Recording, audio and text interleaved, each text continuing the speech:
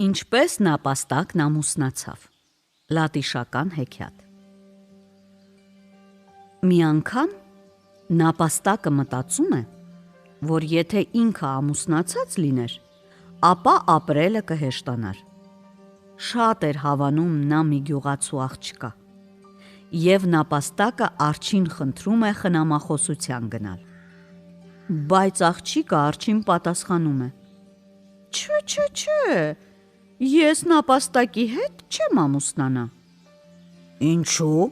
հարցնում է արջը։ Ախր պոչը շատ կարճ է, պատասխանում է աղջիկը։ Լուրը տարածվում է գազանների մեջ, թե իբր այսպես ու այսպես։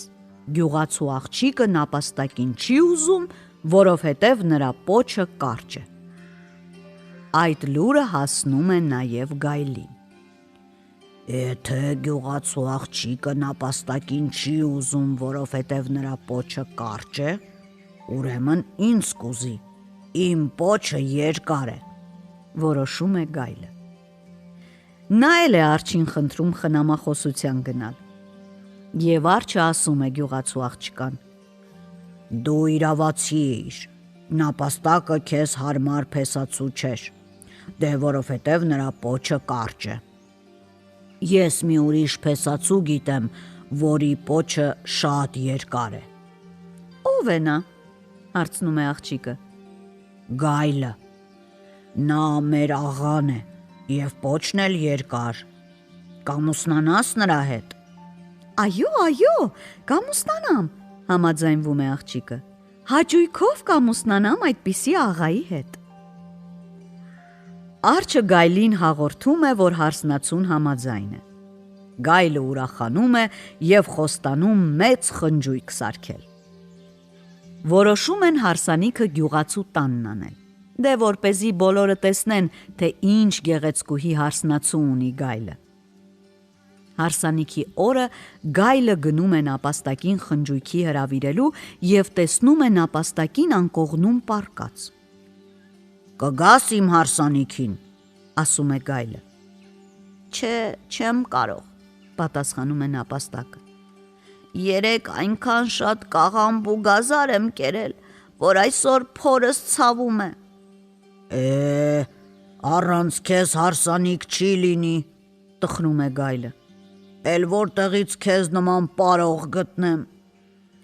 Ես կգայի, պատասխանում է նապաստակը, բայց տեղը հեռու է, դե ես էլ վատ եմ զգում ինձ։ Այստեղ գայլն ասում է. Լավ,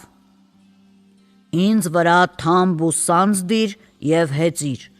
եթե ես շատ արագ վազեմ, դու սանձով զսպիր ինձ։ Նապաստակը համաձայնվում է։ Ճանապարհի կեսին գայլն ասում է. Դե հիմա արդեն իջիր, ոտքով կգնաս։ Չէ, տեղ չեմ հասնի, պատասխանում է նապաստակը, մի քիչ էլ տար, հա։ Հասնում են գյուղացու տան մոտ և գայլն ասում է. Դե սրանից այն կողմ քեզ չեմ տանի, մարդիկ կտեսնեն, կծիծաղեն վրաս։ Լավ, ասում է նապաստակը, քո կամքով չես տանի, ուժով կստիպեմ։ Եվ այնպես է մտրակում գայլին, որ խեղճը ստիպված է լինում առաջ վազել։ Նապաստակը կանգ է առնում հարսնացուի տան մոտ, սանձափոկը նետում է մշակին և ասում. Ձիուս այնպես կապիր, որ չփախչի։ Նապաստակը մտնում է հարսնացուի մոտ ու ասում. Ինձ չուզեցիր, որովհետև պոչս կարճ է։ Գայլը քեզ դուր եկավ, որ ինձ մոտ ձի է ծառայում, հա։ Գայլը քեզ մոտ ձի է ծառայում, զարմանում է աղջիկը։ Չես հավատում, գնա ախոր և ինքդ տես, պատասխանում է նապաստակը։ Աղջիկը վազում է ախոր և ինչ տեսնի։ Այնտեղ կապված է թամբված գայլը։ Նա վերադառնում է խրճիթ և ամուսնանում է նապաստակի հետ։ Իսկ գայլն ամոթից փախչում է անտառի խորքերը, և մինչև օրս նրան էլ ոչ ոք չի տեսել։